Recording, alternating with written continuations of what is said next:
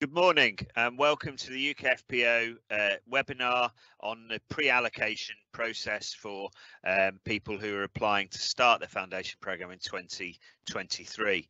My name is Mike Masding. I'm co-chair of the UKFPO and I'm also a consultant physician specialising in diabetes. It's really good to have you here to hear about how the pre-allocation process works. A couple of bits of housekeeping. We are going to record this webinar and it will go onto the UKFPO YouTube channel. There's a link to that on our website. So if you have any friends or colleagues who would like to view this, then they'll be able to do that in a few days' time, and they'll be able to look at what we've been saying.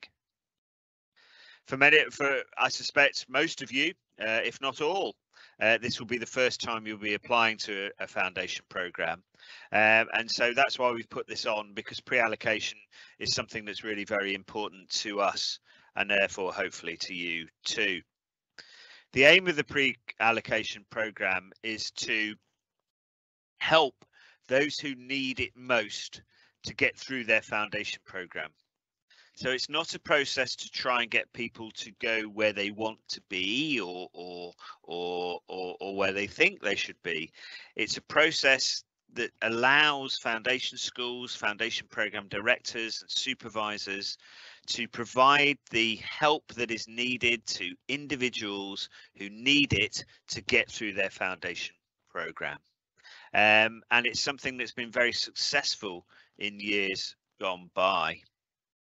So we have a process which is really important to follow, that all individuals who apply for pre-allocation, their applications are assessed on an individual basis according to these criteria, which have been agreed with all the stakeholders that are part of the UKFPO, including the BMA and other representatives of students and applicants.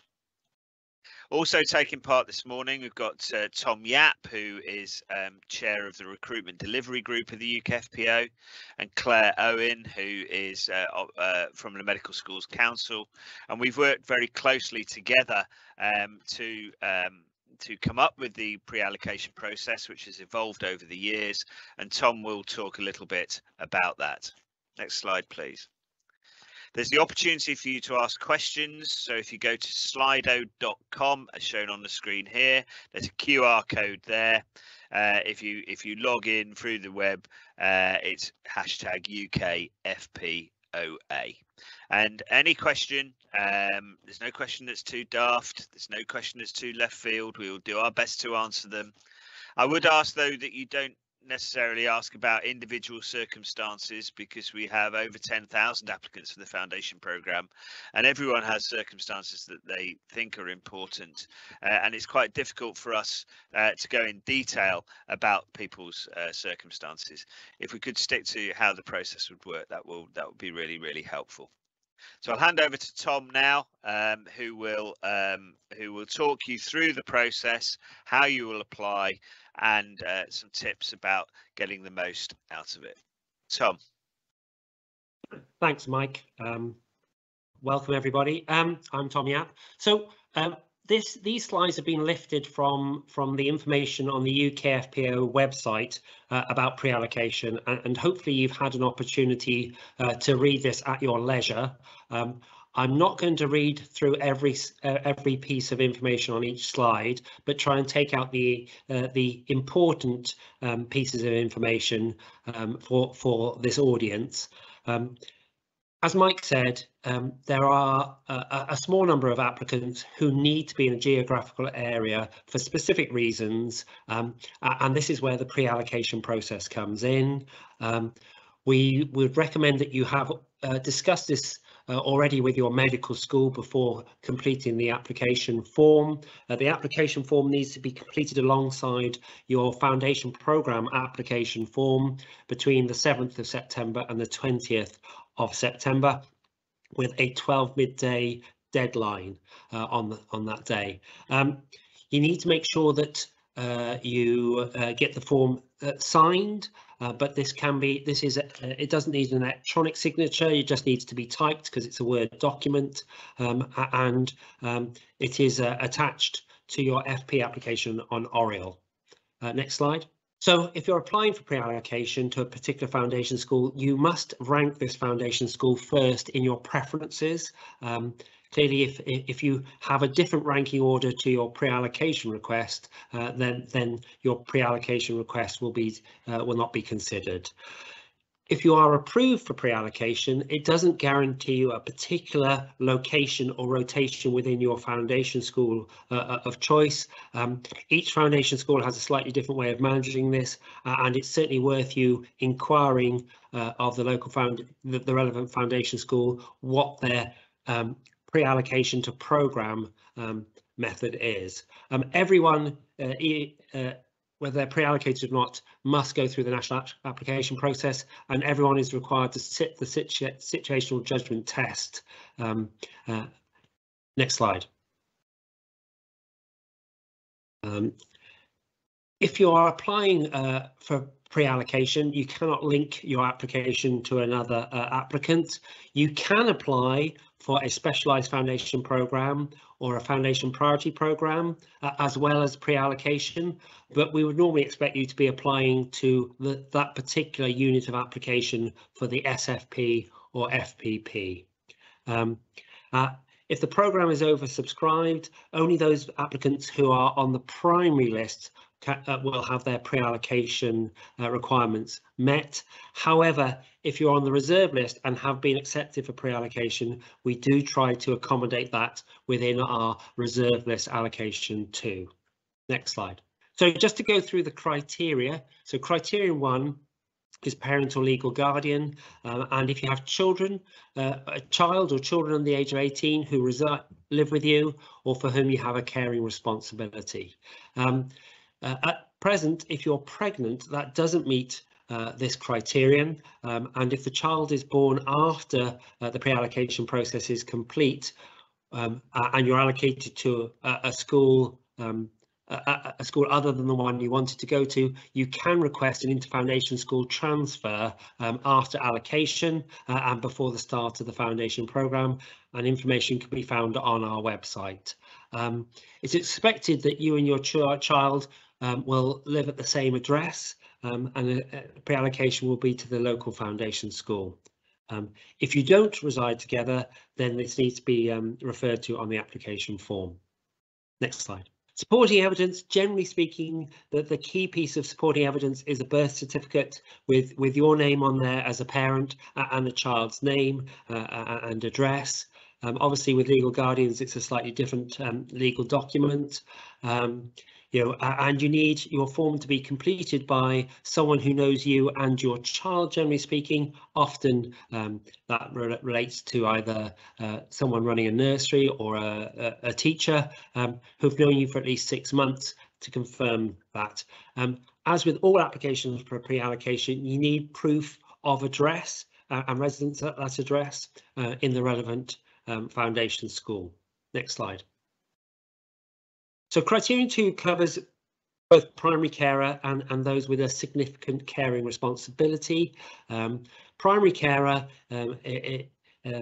is actually, we normally expect you to be caring for either a partner, a sibling or a parent. If it's not one of those people, then we need to have an explanation as to why you have a primary carer role for someone outside that group.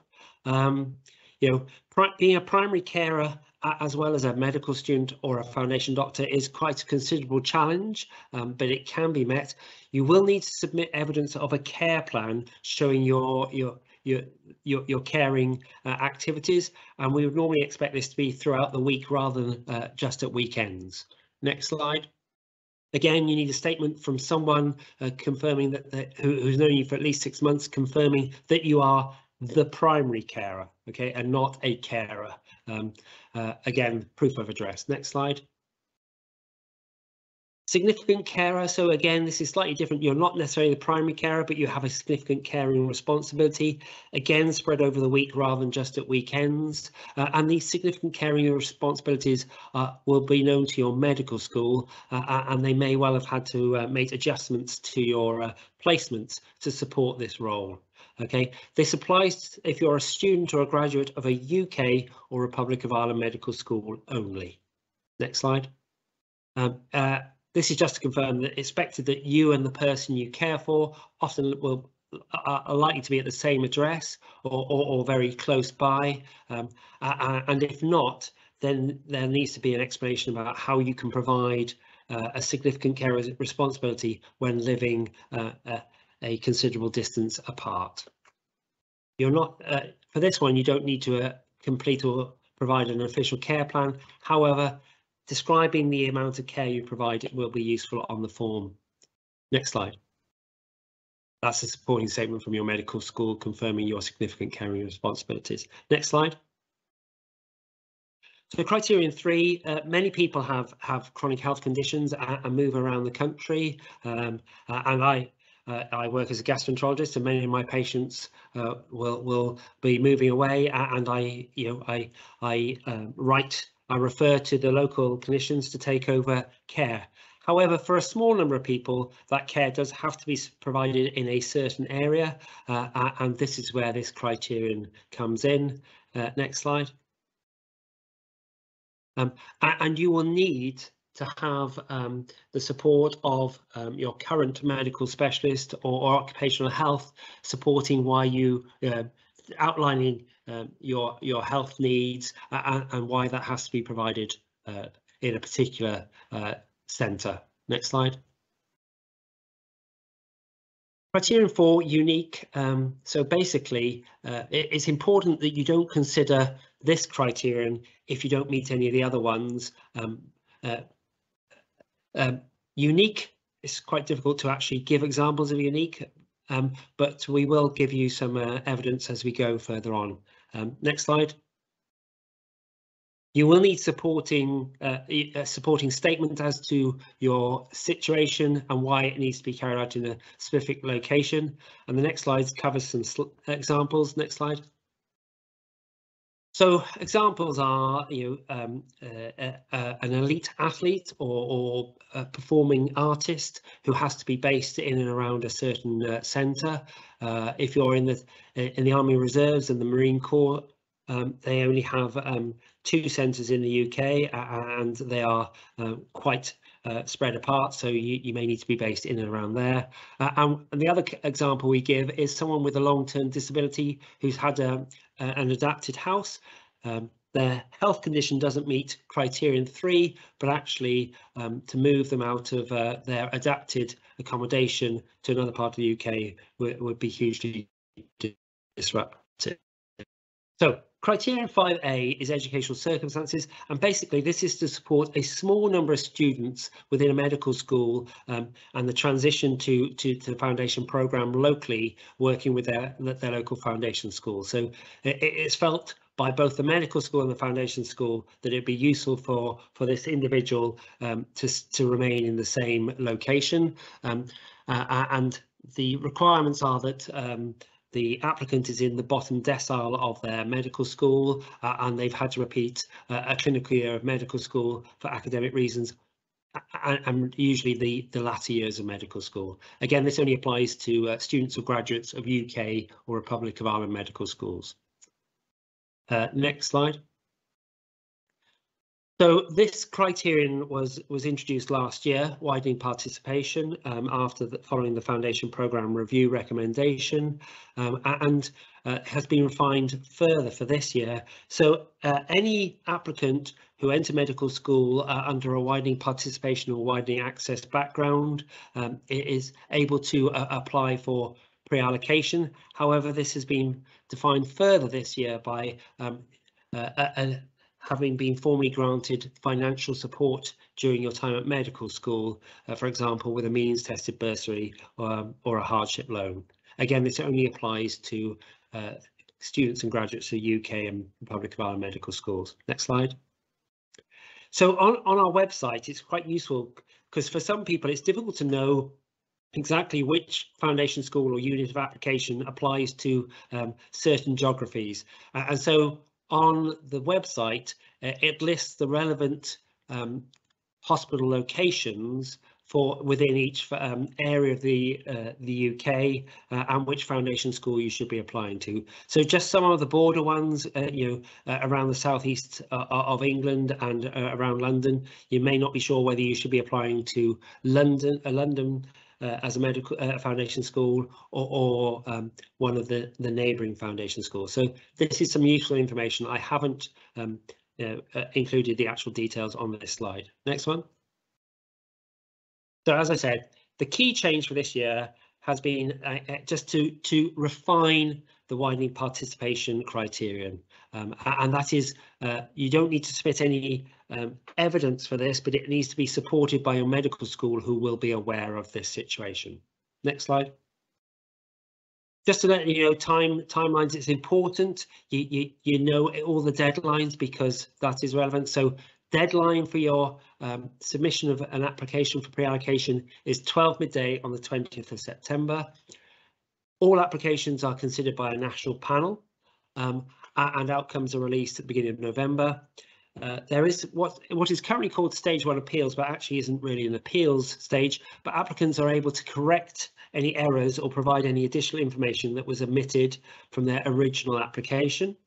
And then those outcomes are released. And then the second stage, which is a true appeals process, is you can appeal against the decision based on certain criteria as listed on the UK FPO website. Next slide. And that's the end. So one of the key things is, important things are, as Mike said, it is to make sure you have discussed it with your medical school. I think it's important they're aware of it, and you use the form as required, and you upload any supporting evidence as required. And good luck. Claire, is there anything you would like to add? I would just like to echo what Tom just said. Actually, I think you need to think about this as one of those forms that you have to fill in, you know, like applying for a passport, that sort of thing, where you do really need to look at the instructions and follow those and submit the evidence that you're being asked to submit. No one's coming at this trying to catch you out or thinking that you're deliberately playing any sort of system, but they do require you to submit the evidence that you've been asked to submit. Actually, we get a lot of these applications, and it's a tough administrative task anyway to run allocation to foundation, but this is particularly, there can be quite high volumes, and I think the UKFPO does genuinely need you to read these forms carefully and submit what they've asked you to submit. So that was all I would add. Thank you, Claire. There've been lots of questions, so thanks to those of you who've put one in. I am just going to stick to the ones about pre-allocation because that's what this webinar is about. But just a few themes that have come up. I think Tom mentioned it there, but just to reiterate something around what proof of current address would be applicable. Your driving license. Now, we appreciate that on the form, which is probably just something oversight that we haven't changed for many years, but it does ask for the counterparts. Well, that doesn't exist now. So just a scan or a photograph of your driver's license with your name and address clearly visible. A utility bill dated within the last 3 months, so that could be gas, electricity, anything like that at all, bank statement, anything, but it must have your name and must have your address on. Your address is very important in terms of where we feel that pre-allocation would be appropriate. Or a council tax bill within the last 12 months, something like that. So an official bill with your name and your address, and the address in the school that you want to be allocated to is absolutely important. Okay, and your driver's license likewise. Something else that's cropped up, people have asked, can they apply for specialised foundation programme, which used to be called academic foundation programme, but is now specialised foundation programme, as well as pre-allocation. They're two totally separate processes. So I suppose the short answer is yes, you can apply for both. You can apply for the specialised foundation programme and would go through the usual application process, which is usually a sort of white space answers form, and then in most schools an interview. If you're successful there, then you would take up that post, but you don't have to. Anyone who applies to specialised foundation programme, even after allocation to a post, they can then turn that down, and then they will go back into the standard foundation programme allocation process. As part of that, you can apply for pre-allocation. So the answer is yes, you can apply for a specialised foundation programme and would go through the normal process. There's no pre-allocation for specialised foundation programme. You would go through the normal selection process, and if successful, would take up that post. If you were unsuccessful or you didn't want the specialised foundation programme post, you would then go into the standard foundation programme, which you still have to apply for through Oriel. And if you want pre-allocation and think you're eligible for it, that's the really important bit, you think you're eligible for it, then please apply for it through the normal Oriel processes. I hope that's helpful. So lots of questions, as I say. First one, I guess, Tom, does pre-allocation enable priority for job selection within a specific foundation school? Thanks, Mike. Well, as I alluded to before, actually it varies by foundation school. So I know exactly how we do it in Wales, and Mike knows how they do it in Wessex. So it's worth you checking with the foundation school you're hoping to be pre-allocated to how your needs will be met once you're allocated to the school. So it partly depends on the geography of the foundation school. So some schools are very big, such as mine geographically. Others are relatively small, so they have a different process. So all I'd say is just check with the relevant foundation school how pre-allocation is managed within school.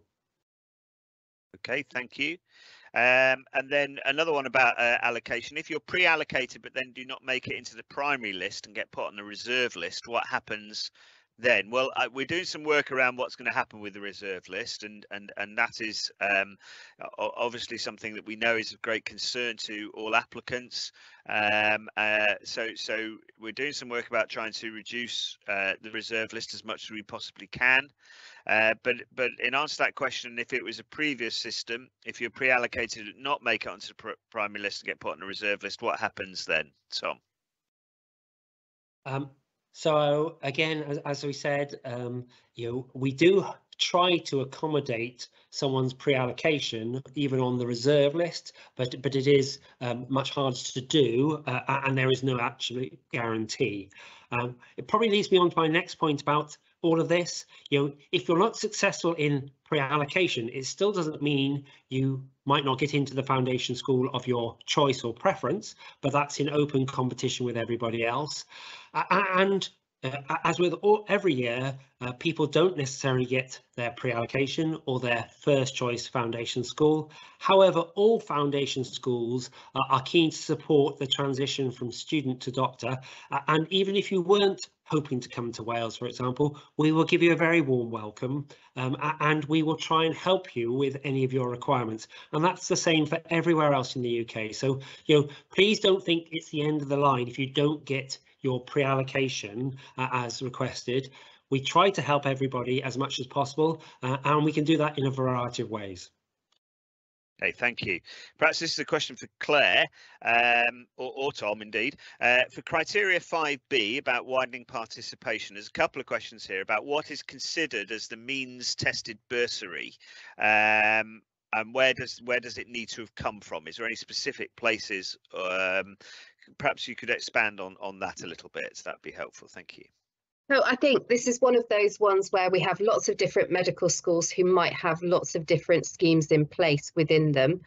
And that's why we've asked your medical school to say that you've been in receipt of that. So there might be bursaries available. You might have had one from an external source to the medical school as well. If you can give your medical school evidence of that, and they can say yes, you've been in receipt of that, they can fill in the form for you and put you forward. Hardship loans as well. Sometimes you can get an additional student loan to cover hardship.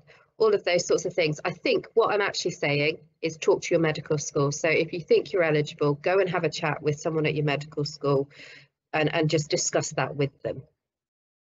Thank you, Claire. And that's a question that came up. Who can you talk to about this? Well, there's lots of people to talk to if you're thinking of applying for pre-allocation. As Claire has just said, absolutely go and speak to your medical school about this. They are absolutely aware of the processes, how it should work and how they can support you. Indeed, we've just done a webinar earlier this morning for medical schools. So they are aware of that. And if you have a particular query about a particular foundation school where you want to go, and I would emphasize again that if you want pre-allocation to a foundation school, you absolutely must. There are no exceptions to this. You must rank it first in your rankings. There are no exceptions to that. If you want to be pre-allocated to Wales, to be under Tom's expert tutelage, you must put Wales first. If you want to come to Wessex, where I am, you have to put Wessex first. So you must do that. Once you've done that, or if you're thinking about doing that, then speak to that foundation school. The details of all the foundation schools are on the UKFPO website, contact details, websites, all this sort of thing. And I'm sure they would be happy to talk to you about how the pre-allocation would work in that local foundation school. So those people have been very, very helpful in the past. So approach your medical school, approach the foundation school where you want to go, and I'm sure that they would be very helpful. Tom, did you have something to add? Yeah, just to add, Mike, none of this should come as a surprise to your medical school. I think, by and large, the need for pre-allocation will have been an awareness of that would have been present for some time. And if it's a very recent development, we would suggest you need to have a conversation with your medical school anyway. So hopefully you and your medical school have had conversations about this process well in advance of the actual application, and if something has just arisen that you think requires pre-allocation, again, you should let your medical school be aware of it so they can support you in the remainder of your time with them ahead of your allocation to foundation program. Okay, thank you. Tom, another question. I'm pregnant. Am I eligible to apply due to having hospital appointments and partner in a particular area? So the simple answer is no. So pregnancy doesn't meet any of our criteria. However, as I mentioned before, if you have the baby after the pre-allocation process is complete and before you start your foundation program, you can request an inter-foundation school transfer.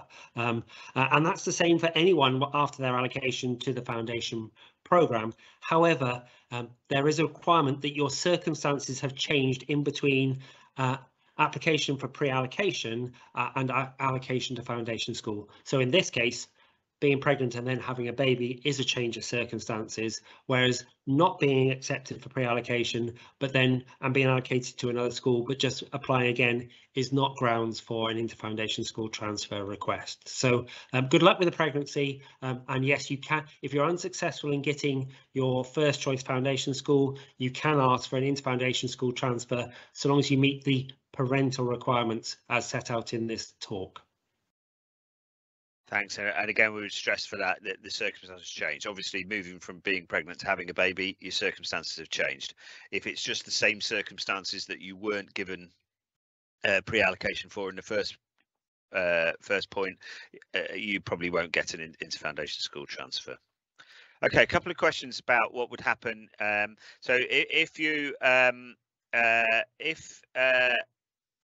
sorry, just find it here. Oh yes, if you don't get your pre-allocation, do you get a chance to reorder your rankings before the February deadline? So if your pre-allocation application is turned down, can you then reorder your rankings? Yes, I mean, what we stressed is that if you're applying for pre-allocation, you need to rank your preferred foundation school first. Obviously, if you're not pre-allocated and you're made aware of that, you can change your ranking as can anybody else up until the February deadline. So the simple answer is yes, you can change your preferencing if you're not within the pre-allocation process, and being declined means you're outside the process. Okay, thanks, Tom. And then someone else put something along the lines of if you don't like where you've been pre-allocated to, can you opt out? Well, the answer to that is you shouldn't have applied for pre-allocation in the first place, because we're asking you to rank the place number one where you want to be. So if you apply for pre-allocation and it's granted, we do expect you to go to that foundation school.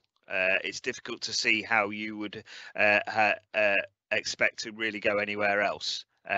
So, you know, I would come back to what I said at the very start of this. The aim of this is to help those who need help to get through their foundation program, who are perfectly good at the doctoring bit, but perhaps need some help in their lives, because we do fully understand that impacts on work life and work as a doctor, and that's what it's there to help. It's not to help people just to go where they want or where they think they should be. It's to those who need help to get through their foundation program outside the sort of doctoring bit. There's lots and lots of help in the doctoring bit. That's what your supervisors are for. It's what your training are for. This is to help people in whose personal circumstances means that with a bit of help, they'll be a perfectly successful doctor and will go on and have a successful career as they move on. Okay. Question here. My GP surgery is refusing to sign a digital form. They only sign paper forms. What should I do? Any thoughts on that? Well, if they really can't complete a Word document and just type their name at the bottom, then that does obviously puts you in a difficult position. Either you need to ask someone else to provide that evidence and complete the form, or you can submit their whatever they provide as as they see an equivalent. As I said earlier on, we really don't want to have lots of supporting documents that actually aren't required, and certainly we get this every year with people applying under the under criterion 3, the medical condition. We get reams and reams of paper, electronic paper, stating all sorts of you know, blood test results, etc. We don't need to see that as a panel. So if possible, stick to the form alone. If that's outside your control and the person you need to complete the form is being difficult, submit whatever they give you. But by and large, we hope that most people will be able to submit the Word document with their name typed at the bottom. Thanks, Tom. Criterion 3 required supporting documents includes a report. Is both a separate report and part 2 of the form needed, or is just part 2 on the form enough? This is the one around health. I mean, I'll take Claire's view as well, but generally speaking, I'm happy if the form is just completed. I don't necessarily need to see any other evidence, because on that form they should state the reason why you need to be in a particular geography for your healthcare. Claire, any thoughts? Yeah, I agree. I think what we're looking for is that the treatment that clinician is providing you cannot be given elsewhere. That's the key bit that we're looking for. So as long as that's in the form, I think we're happy. Okay, an interesting one. If your family home is near the edge of a region, can you apply for the neighbouring region? Okay. Well, it's an interesting question, and you know, we have looked at this before. Generally, we will be looking for the nearest centres to your place of residence. However, you know, so it partly depends on how that foundation school allocates people to a degree. I think you take a slight risk if you are including a foundation school outside of your residence, but it will be considered. The general advice is it should be the foundation school in which your residence, where you reside, rather than the nearest the centre, but they can be considered. And I think it's fair to say that most foundation schools do actually try and place you nearby, rather than it just being a random place in the foundation school. They will try and place you as near as possible to where you live if you've been pre-allocated, because for obvious reasons. But first of all, you have to be accepted under the pre-allocation process, and then the individual foundation school will try and get you as near as possible to wherever it is you need to be. Claire, did you have something to add there? Yeah, I think in those circumstances where you're just on the border of one foundation and another, if you wanted to go to the one that you weren't living in, we would want to see some explanation as to why that was. You know, it might be actually I'm planning to use public transport and the train line doesn't go that way, it goes the other way, which living in London does happen to me. So I think I wouldn't put it in without some explanation as to why it is that you just want to go over that border. And hopefully that answers the questions there about London. Yes, London is the configuration of the foundation schools in and around London are changing. So there'll be a London foundation school and then a separate Kent, Surrey and Sussex foundation school. As already mentioned, foundation schools try and get you near to where you need to be as much as is physically possible. And as Claire had mentioned, if there's particular nuances about that, again, they will try. And again, I would emphasize that every single application is considered on an individual basis, but according to the criteria that we have, so that we can be as fair and equitable as possible. Another question here for you, Tom. If I'm engaged to a current F1 in a particular deanery, am I eligible to apply for pre-allocation? Again, the simple answer is no. Well, you can apply, but you don't meet the criteria for a pre-allocation. So it doesn't, as I said, it doesn't stop you applying to that foundation school and ranking it as your first choice preference. But you wouldn't be considered for pre-allocation on the basis of engagement or a committed relationship, as has been said before. And still a number of questions about the widening participation criterion, and things about the bursary. Do you have to have had it all the time throughout medical school? If you are at a place where your preclinical and clinical years are different medical schools, which we know happens, which medical school should complete it? Perhaps you could just expand a little bit about the evidence that may be needed. Who does it have to be signed by? Where does it come from? That would be really helpful, I'm sure. Okay, so I think there's with pre-allocation, there's a general principle that we're looking at the transition from medical school to foundation. So the evidence that we're looking for is related to those final years at medical school.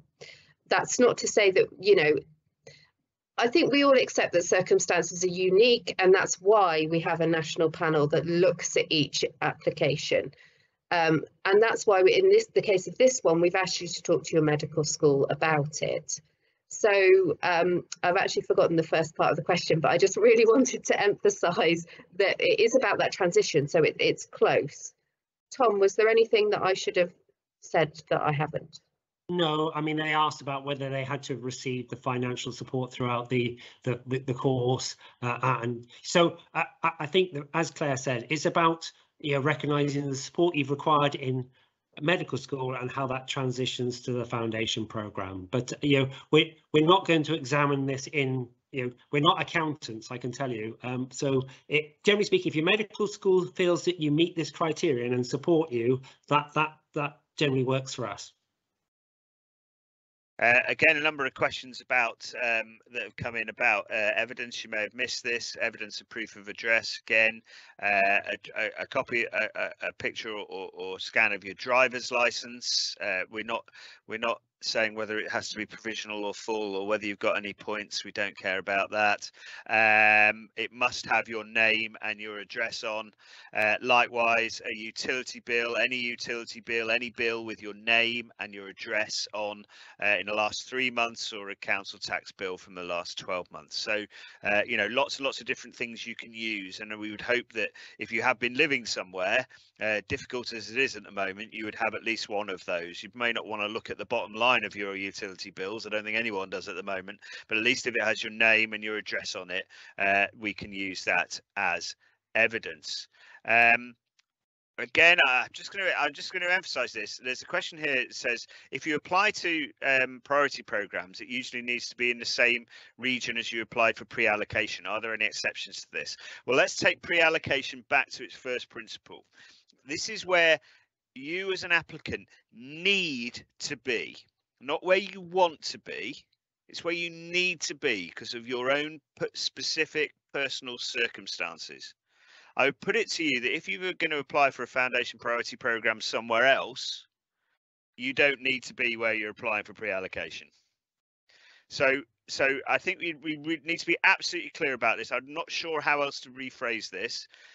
Pre-allocation is for where you absolutely need to be because of your personal circumstances, where you must be because you're looking after a child, you're a primary carer for someone, because of your health needs. And even under the health needs, if it's healthcare that can be provided anywhere in the country, then that might not qualify. It's where your health needs are absolutely must be where you're currently residing. So, you know, I guess people, you know, I appreciate this is the first time you're coming to this, first time you're applying for this, but we need to be really, really clear about this. Pre-allocation is for where you need to be, you must be, not just where you want to be. They're very different things. Okay. It says for pre-allocation, who can support the application? There's a number of questions about this. It depends which criterion you're applying for, I suppose. I suppose one thing, Claire, who at the medical school would be the right person to speak to? I appreciate it's different at different medical school, but what type of people would you go and speak to? I mean, so I think if you have a personal tutor or someone like that, that's where I might be tempted to start. You can go into the administrative office. They should know that these questions are coming up or know which member of staff to ask. There might be a year 5 lead or a sort of, if you're not in years, in semester lead for that. Those would be the sort of people that I'd start with. They can always refer you to the right person. Medical schools are complex things, but you will find eventually the right place to go if you start with those. So we don't, UKFPO doesn't say it has to be a certain role within the medical school either. So don't worry about having to have the dean or something like that. That's not what's being required. And as Tom mentioned earlier, we've had pre-allocation. It used to be called special circumstances ever since the foundation program started. So this won't be a mystery to the medical school. If you go to the administration office and say, I need to talk about pre-allocation, they won't have no idea what you're talking about. The medical schools have been doing this for a long time. We've been doing it for a long time. So, but if you don't ask, you know, they won't point you in the right direction. So my suggestion would be that if you're thinking of applying for the pre-allocation, if there's somewhere where you absolutely need to be for your own personal circumstances, then you know, go to your medical school, go to someone at your medical school who you think will know and talk to them. And I suspect even if they don't know, they'll point you in the right direction. In terms of foundation schools, as I say, find a foundation school that you must be pre-allocated to, and get in touch with them. We've got a minute or so left. I think most of these questions we've sort of covered, I think. And I'd say we don't want to get into personal circumstances. So we'll finish with it, because this does seem to keep cropping up, about the residence, proof of residence. I live away from home and all my documents, e.g. passport, are at my med school city for now. So I suppose this is where you have some things married at home, some things, you know, where the address is at home. We just need something with the proof of address of where you need to be. And I can't emphasize the need enough. And we've been through what sort of things they are. Our aim is that everyone going through this process is treated as equitably as possible. We, as I say, we consider all applications. It's done by a national panel, so there's consistency in assessing those applications.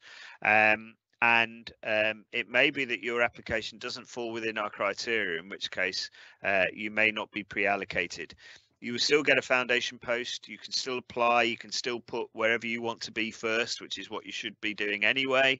You know, the vast majority of foundation applicants get their first choice school anyway. So if your pre-allocation process application rather is not successful, you'll still get a foundation post, and there's a high chance it'll be where you want it to be anyway. Claire. Just really quickly on that sort of administration thing, if you there is one deadline for your first application for pre-allocation. If for some reason, you know, you were trying to transfer some utility bills over to the address that you're wanting to apply to, or needing to change your bank account, put that application in. It might get rejected, but there is a second chance for you to sort of do the admin and sort it out in the second review. So pop it in, and hopefully you can get that admin sorted by the second time. Tom. But just to confirm, you do need to submit your pre-allocation application by the 20th of September. You cannot put it in at the stage 1 appeal stage. What Claire is saying is that we're very kind and we offer you a second chance to submit some evidence that you were maybe unable to get because your GP surgery wouldn't complete an electronic form or whatever. But hopefully most of the applications will be complete with all the necessary evidence by the 20th of September. We realise it's a stressful time, but you know, as I've stressed before, the foundation schools across the UK are well used to dealing with this situation, and we are happy to look after anybody who comes to our foundation school and offer them the pastoral support and the clinical and educational experiences required for a successful 2-year foundation programme. So please don't be upset if you don't get what you think you want, because we can actually provide lots of other experiences. Okay. So thank you very much for all your questions. If we haven't answered your specific queries, then I would suggest you go and ask at your medical school, go and ask the foundation school you need to be in, and have a discussion with them about how they can help. The aim of this process is to help those who need it as much as possible, so that we can support them through their foundation training and go on to be successful doctors. The whole team wishes you all the best, both for applying for pre-allocation and also, of course, through the general foundation programme that you'll be undertaking from next August. And I'm sure you'll all end up being successful doctors as we move on. So thanks for your time. As we said, this has been recorded, so if there's any colleagues who couldn't make it or couldn't view it, then please point them in that direction. And we wish you all the best. Have a good day.